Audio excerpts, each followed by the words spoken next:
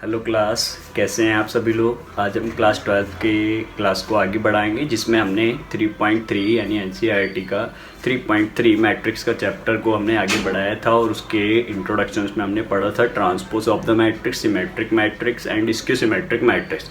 अब स्क्यू सिमेट्रिक्स और transpose and symmetric के बेस पर कुछ इनके क्वेश्चंस आएंगे। जैसा कि हमने इसके इंट्रोडक्शन में काफ़ी अच्छे से पढ़ लिया था उनको, तो हमें क्वेश्चंस को सॉल्व करने में कोई ज़्यादा दिक्कत नहीं आने वाली है। जैसे कि मैंने एक क्वेश्चन को यहाँ पर क्वेश्चन नंबर 1 को यहाँ नोट डाउन कर रखा है और आपको पढ़ना है क्या, find the transpose of the each of the following matrix. यानी कि हर एक मैट्रिक्स दी रखी है नीचे, उनका आपको ट्रांसपोज निकालना है। तो ट्रांसपोज को काफ़ी अच्छे से आप लोगों ने पढ़ा था। वो क्या पढ़ा था, जरा ध्यान करें, रिमाइंड दिस प्रॉब्लम्स। तो यहाँ पर हमने बताया था कि ट्रांसपोज जब भी करना होता है तो उसको हम लेट कर लेते हैं। सबसे पहले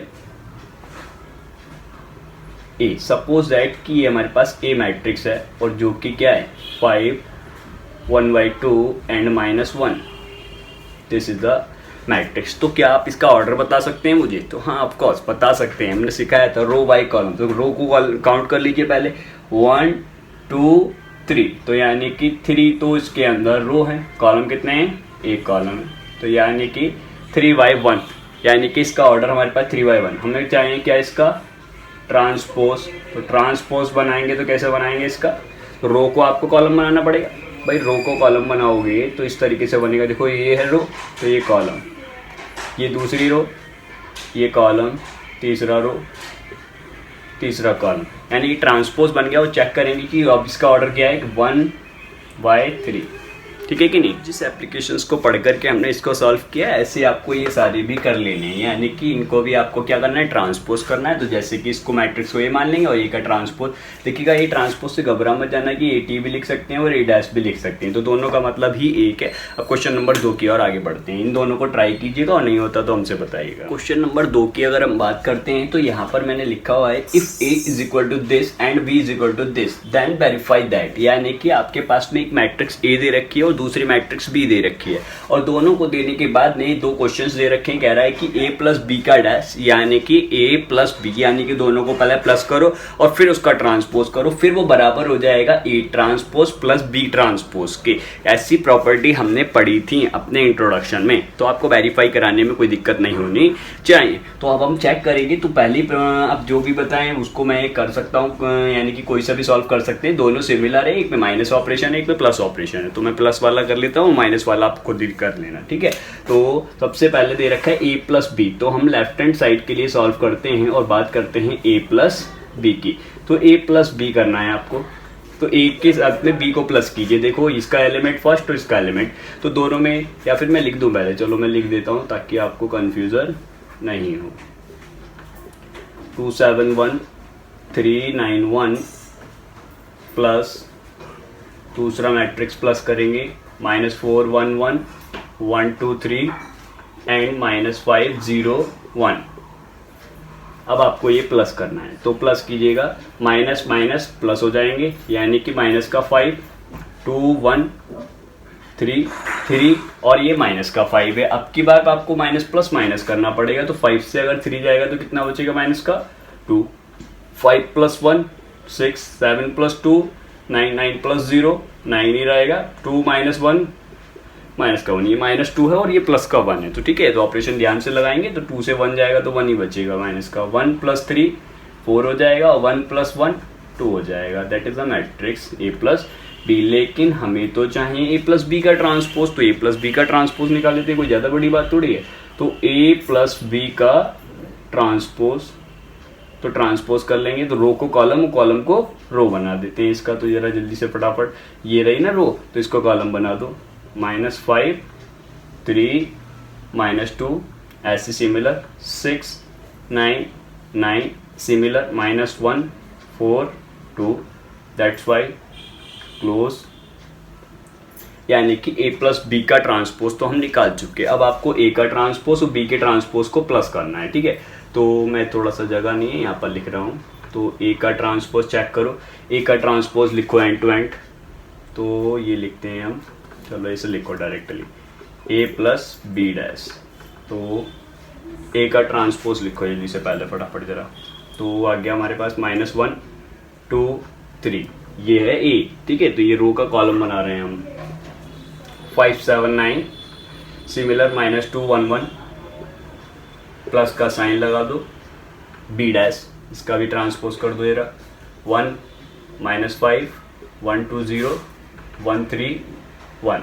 तो अब जरा दोनों को प्लस करना, माइनस माइनस प्लस हो जाएंगे, 5 1 6 माइनस प्लस माइनस हो जाएगा, 2 3 7 2 9 3 4 3 -5 माइनस का 2 9 0 9 1 1 2। अब जरा चेक कर लो आप खुद ही कि A dash plus B dash बराबर है ए प्लस बी के होल डैश की। चेक कर लो ये वाला मैट्रिक्स इस वाले मैट्रिक्स के बराबर है कि नहीं।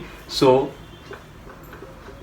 Left hand side is equal to right hand side, ठीक है। यानी कि हमारे पास जो इसकी लेफ्ट है वही राइट के बराबर है। दैट सिमिलर्स आपको इसका सेकंड पार्ट को सॉल्व करना है और इसी की तरह। तो चलो पहले एक बार चेक कर लेते हैं।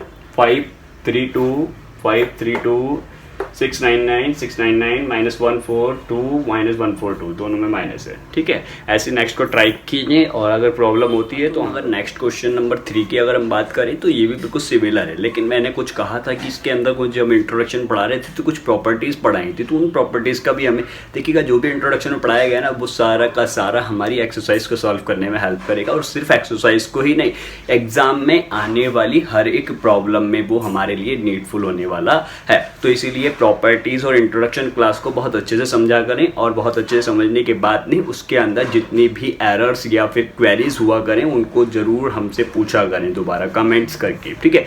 और हम उनको सॉल्व करके आपको वापस रिव्यू करेंगे, ठीक है। तो अब हम बात करते हैं क्वेश्चन की। क्वेश्चंस में कहता है कि A dash is equal to this, अब की बार ट्रांसपोज दे रखा है, ठीक है। तो ज़्यादा घबराने की बात नहीं है। And B is equal to this, तो यहाँ पर ट्रांसपोज नहीं है, ध्यान से देख लो, यहाँ डैश है, यहाँ डैश नहीं। देन वेरीफाई करना है ए प्लस बी। तो अब बहुत सारे बच्चे क्या करेंगे कि भैया हम तो ऐड ही नहीं कर सकते, हम तो ऐड ही नहीं कर सकते क्योंकि ए का ऑर्डर है 1 2 3 यानी कि 3/2, कॉलम तो 2 है ना, 3/2। और यहाँ पर अगर आप चेक करोगे तो यहाँ पर हो गया रो 2 है और कॉलम है 3। तो आपने कह दिया कि भैया हम ए और बी को तो प्लस ही नहीं कर सकते। तो जरा ध्यान से तो देख लो, ये ए नहीं है, ए डैश है यानी कि ट्रांसपोज है। और मैंने एक बहुत अच्छी प्रॉपर्टी पढ़ाई थी कि ए ट्रांसपोज का भी ट्रांसपोज बराबर वापस ए हो जाता है। बताया था कि नहीं बताया? यही प्रॉपर्टी का इस्तेमाल करना है क्योंकि मुझे जरूरत है ए की ना कि ए डैश की। तो वेरीफाई करने का तरीका क्वेश्चन नंबर 2 की तरह ही रहने वाला है। मैं इसको सॉल्व नहीं करूंगा, ठीक है, लेकिन बस हेल्प कर रहा हूं आपकी कि कैसे सॉल्व करना है, ठीक है। तो बस जरा ध्यान से देखो, आपको यही वाली प्रॉपर्टी जो मैंने बताई, ए डैश का अगर आप डैश कर दोगे या टी लिख दो दोनों तरफ, कुछ फर्क नहीं पड़ेगा, तो वापस ये आ जाएगा। यानी कि ए लाने के लिए इसी का दोबारा से ट्रांसपोज कर देना आप, तो ये बन जाएगा। ए को बी में प्लस करना फिर ट्रांसपोज करना, देन सिमिलर ए डैश तो है ही, बी का डैश और करना और उसके बाद में इनको प्लस करना। फिर आप देखेंगे दोनों लेफ्ट और राइट कैसी होगी, बराबर होगी। सिमिलर माइनस वाले में अप्लाई कर देना और आंसर आ जाएगा और क्वेश्चन भी खत्म हो जाएगा। तो इसीलिए हमारा इंट्रोडक्शन क्लास हमेशा क्या होता चला जाएगा, हमारी एक्सरसाइज को और हमारी बहुत सारी प्रॉब्लम को इजी करता चला जाता है। तो नेक्स्ट क्वेश्चन के और नंबर 4 की अगर हम बात करें तो जो कि कुछ ऐसा तरीके से लिखा हुआ है, ए डैश बराबर, देखिए क्वेश्चन नंबर 3 की तरह ही है, लेकिन मैं इसको कर देता हूँ वरना बोलोगे कि सर तो सारे क्वेश्चन बोल ही देते हैं कि ऐसे होगा वैसे होगा, ठीक है। तो फिर भी लेकिन अब आपको प्रैक्टिस जब तक नहीं करेंगे, जब तक बात नहीं बनेगी, लेकिन फिर भी हम एक क्वेश्चन को आपको करके दिखाई देते हैं, ठीक है। चलेगा, करते हैं। तो क्वेश्चन नंबर 4 में कहता है कि ए डैश बराबर इतना है और बी बराबर इतना, देन फाइंड ए प्लस 2b का होल डैश। लेकिन हम उससे पहले जानते हैं, वी नो दैट, ठीक है, वी नो दैट क्या जानते हैं हम कि ए डैश का भी अगर हम डैश करते हैं तो वो क्या आ जाता है, ए बन जाता है। तो इसीलिए मैं कुछ नहीं करने वाला, ए को निकालने के लिए सिर्फ और सिर्फ इसका ट्रांसपोज करने जा रहा हूँ, यानी कि इसी का भी डैश का ये लो मैं लिख देता हूँ, होल डैश कर देता हूँ, यही क्या होगा मेरे पास, ए होगा, ठीक है। तो जरा करना डैश का डैश, तो ये रो कॉलम बना दो, इसे 1 2 मिल गया ए, ठीक है। बी हमें मालूम है, कह रहा है ए प्लस 2b करिए, ए प्लस 2b, तो हम निकाल लेते हैं ए प्लस 2b, क्या सब कोई ज़्यादा बड़ी बात थोड़ी, ए प्लस 2b। तो ए आपको मिल चुका है -2 3 1 2, लेकिन 2b नहीं है ना, 2b निकालने के लिए ज़्यादा मेहनत करने की जरूरत नहीं है, बस बी वाले मैट्रिक्स को 2 से मल्टीप्लाई कर दो पहले बस। तो जरा कर दो जल्दी फटाफट, तो करते हैं 2 1 जा 2, 2 1 जा 2, 0 जा 0, 2 2 जा 4, लेकिन अभी ऐड करना बाकी है तो ऐड भी कर लो। -2 कितने हो जाएंगे, -4, 1 0 1 हो जाएगा, 3 2 5 हो जाएगा, 2 4 6 हो जाएगा। लेकिन बात अभी भी नहीं बनी क्योंकि हमें चाहिए a + 2b का ट्रांसपोज, तो ट्रांसपोज भी निकाल देते हैं। रो का कॉलम बना देना है, आपको कुछ नहीं करना है। तो बनाएंगे -4 1 5 6, दैट्स ऑल। ठीक है कि नहीं, सिंपल। तो नेक्स्ट क्वेश्चन की ओर आगे बढ़ते हैं। अब हम क्वेश्चन नंबर 5 की बात कर लेते हैं। अब हम क्वेश्चन नंबर 5 में अगर हम बात करें तो कह रहा है for the matrix A and B, A और बी दो मैट्रिक्स दे रखी हैं और कह रहा है कि वेरीफाई कीजिएगा कि ए बी का हॉल्डेस यानी कि ए बी यानी कि ए की प्रोडक्ट बी से कराएं then transpose is equal to होगा बी डैश ए डैश। ये भी प्रॉपर्टी है, ये भी हमने आपको बहुत अच्छे से पढ़ाई थी। तो देखिए अब जो मैंने प्रॉपर्टीज पढ़ाई हैं उनके एक एक क्वेश्चंस को आपको सॉल्व करना पड़ेगा और इम्पोर्टेंट भी रहता है। तो देखो क्वेश्चंस के दो पार्ट हैं, first part and second part, दोनों ही सिमिलर हैं, दोनों को ही में से कोई सा भी एक सॉल्व कर सकते हैं, कोई दिक्कत नहीं है। तो क्वेश्चन नंबर 1 सॉल्व कर देते हैं, चलो क्वेश्चन 2 सॉल्व कर देते हैं। तो क्वेश्चन नंबर 2 की बात करते हैं। क्वेश्चन नंबर 2 कह रहा है ए बराबर इतना है, बी बराबर, तो मुझे तो ए नहीं चाहिए, ए बी चाहिए। तो ए का प्रोडक्ट आपको किससे करना पड़ेगा, बी से करना पड़ेगा। तो मैं लिख देता हूँ ए मैट्रिक्स 0 1 2, देन आफ्टर प्रोडक्ट किससे होना है, बी से, 1 5 7 से। तो आप लोग सभी प्रोडक्ट अच्छे से बहुत अच्छे से जानते हैं कैसे करते हैं, रो बाय कॉलम। तो ये रही रो, ये रहा कॉलम। तो जरा करना प्रोडक्ट, रो कॉलम, 0 हो गया, 1 5 जा, ये रो ये कॉलम, हाँ तो 0 1 जा 0, फिर 0 की 5 से, हाँ तो 0 1 जा 0, 0 5 जा 0, 0 7 जा 0, फिर देन 1 1 जा 1, 1 5 जा 5, 1 7 जा 7, 2 1 जा 2, 2 5 जा 10 और 2 7 जा 14, बन गया ए बी। ठीक है कि नहीं, लेकिन मुझे ए बी नहीं चाहिए, ए बी का ट्रांसपोज चाहिए। तो ए बी का ट्रांसपोज भी कर लेते हैं, कोई दिक्कत नहीं है। तो ये लीजिए ट्रांसपोज कर लीजिएगा, रो को कॉलम बना दो, ये रो इसको कॉलम बना देंगे, 1 5 7 2 10 14। देन आफ्टर अब हम सॉल्व करेंगे इसकी राइट हैंड साइड, यानी कि आपको चाहिए बी डैश ए डैश। तो पहले बी डैश निकालो, तो बी डैश निकालेंगे। आप सेकंड क्वेश्चन सॉल्व कर रहे हैं, ध्यान से जरा। तो ये रहा हमारा बी डैश, 1 5 7, एक ही रो है तो एक कॉलम बन जाएगा। और ए डैश बना लो जरा, ए डैश चेक करते हैं। तो ए डैश देखें क्या हो जाएगा, ये रो है, ये कॉलम बन जाएगी, अगली रो, और ये रहा रो का कॉलम, कॉलम का रो। लेकिन हमें चाहिए बी डैश, लिखेंगे but B dash A dash. तो बी डैश की ए डैश से प्रोडक्ट कराओ जरा, 1 5 7 की प्रोडक्ट 0 1 2 से। तो कराएंगे जरा, 1 0 जा 0, 1 1 जा 1, 1 2 जा 2, ऐसी 5 0 0, 5 1 जा 5 और 5 2 जा 10, 7 0 0, 7 1 जा 7, 7 2 जा 14। जरा चेक करना कि जो बी डैश ए डैश है वो ए बी के होल डैश के बराबर है कि नहीं है, जरा चेक करो। 0 0 0 1 5 7 1 5 7 2 10 14 2 10 14। देन ए बी का होल डैश बराबर होगा बी डैश ए डैश। हो गया कि प्रूफ नहीं? तो इसी तरीके से क्वेश्चन नंबर 1 को आप सॉल्व कर लेना, ऐसे ही सॉल्व हो जाएगा। फिर भी कोई प्रॉब्लम होती है तो कमेंट बॉक्स में कमेंट जरूर करें। और जिसने भी हमारे चैनल को सब्सक्राइब नहीं किया है वो हमारे चैनल को सब्सक्राइब कर लें। And pause the video and note it down. Video को पॉज करें और हर बार पॉज कर लिया करो, और ताकि आप नोट भी कर सकें इसको हैंड टू हैंड।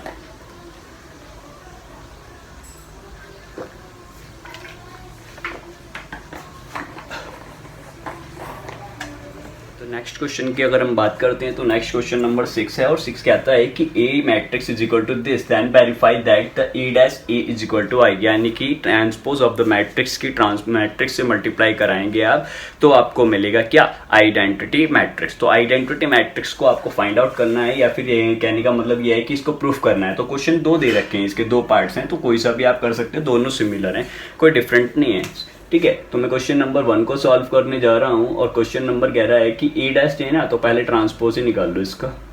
तो ट्रांसपोज निकालेंगे तो रो को कॉलम बना देंगे, cos alpha sine alpha minus sine alpha cos alpha. Clear है कि नहीं इतना? तो अब आपको क्या करना है, ए डैश की ए से प्रोडक्ट करनी है, तो प्रोडक्ट भी कर लीजिएगा। तो लिखते हैं पहले A dash cos alpha sine alpha minus sine alpha और कॉस अल्फा की ए से प्रोडक्ट कराओ जल्दी से जरा, sine alpha minus cos alpha sine alpha. That's clear. Product कराने का रूल आपको मालूम है और वैसे ही आपको प्रोडक्ट कराना है जैसे हम कराते थे, ठीक है। तो जरा प्रोडक्ट कराएंगे रो की कॉलम से, तो रो की कॉलम से जरा प्रोडक्ट कराओ जरा, ये रो और ये कॉलम। तो साइन की कॉस से कॉस अल्फा साइन अल्फा, देखो ये रो रही और ये कॉलम, तो साइन की कॉस से मल्टीप्लाई होगी, ऐसे ही माइनस माइनस क्या हो जाएगा plus sine alpha cos alpha. ऐसे ही यहाँ पर अब आप आ जाएं, थोड़ी गड़बड़ हो रही है इसके अंदर, क्या हुआ ये, हाँ क्वेश्चन नंबर 1 कर रहे हैं, 1 की जगह लिख लिया है हमने बी पार्ट इसका, तो इसे ठीक करते हैं। तो ये हो जाएगा हमारे पास में cos alpha sine alpha minus sine alpha cos alpha. अब कराते हैं प्रोडक्ट, ठीक है। क्वेश्चन नंबर 2 का पार्ट नोट कर देता हमने, तो अब करते हैं प्रोडक्ट। तो कॉस की कॉस से कितना हो जाएगा, कॉस स्क्वायर अल्फा, साइन की साइन से होकर के minus minus plus sine square alpha, इसकी इससे मल्टीप्लाई करो, कॉस अल्फा साइन अल्फा। ऐसे इसकी जब इसकी इससे होगी, यानी कि एक रो की पहले कॉलम से, पहली रो की दूसरे कॉलम से, तो यानी एलिमेंट वाइज एलिमेंट की प्रोडक्ट करते हैं। तो वही रूल ध्यान रखना, कुछ कंफ्यूजन नहीं होना चाहिए, और फिर भी कंफ्यूजन हो तो बता देंगे, ठीक है।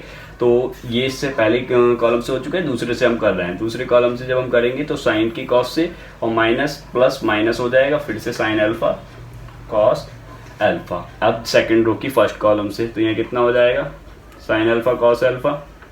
अब इसकी इससे होनी है, तो यहाँ पर प्लस माइनस माइनस हो जाना है,